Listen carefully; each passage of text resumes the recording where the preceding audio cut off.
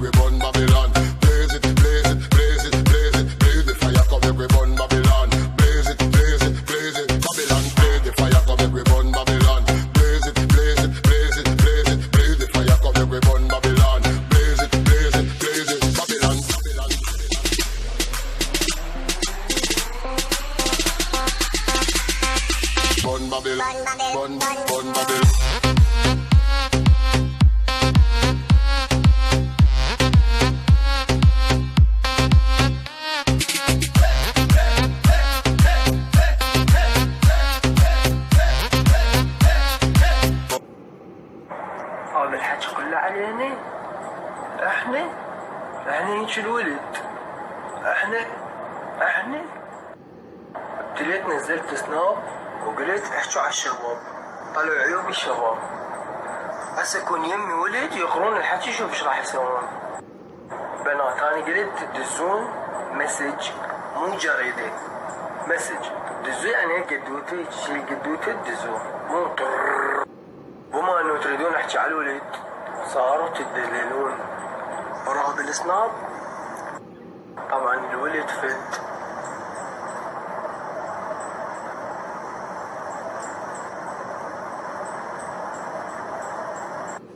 بدهم سوالف فد.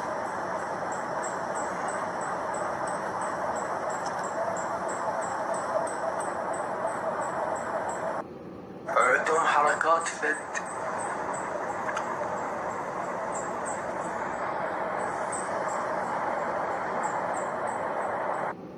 قولوا بس تحكي على البنات، ما حكيت على الولد همينه يلا ارتاحوا. لا والله نحكي جد هسه. اكثر المستجدات تجي الولد ما يوفون ويا البنات. اوكي ماكو داعي لضغط الفشار اللي على الولد، تقدرون ما تصادقون وتنتظرون قسمتكم لحد ما تجيكم وانتو قاعدين بالبيت. نحكي الصراحة، سمعت لكم فد يوم شخص الزواج على حب قليل كلش، صح لو لا؟ عافني.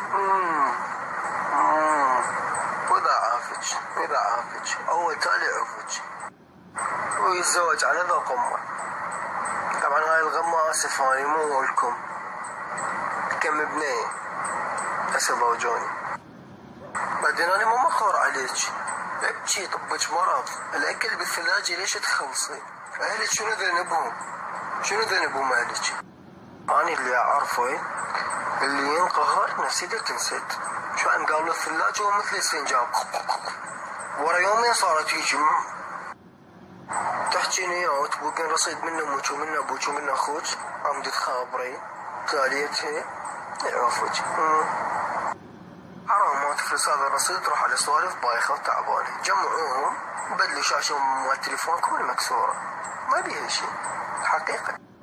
بايكم هذا الحكي عبطا حكيته.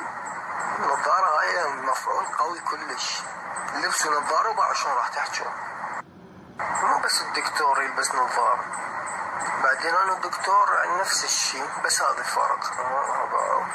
بس هذا تردون الصدق ولا تقولوا لي ما تحكي على الولد ما ينلامون.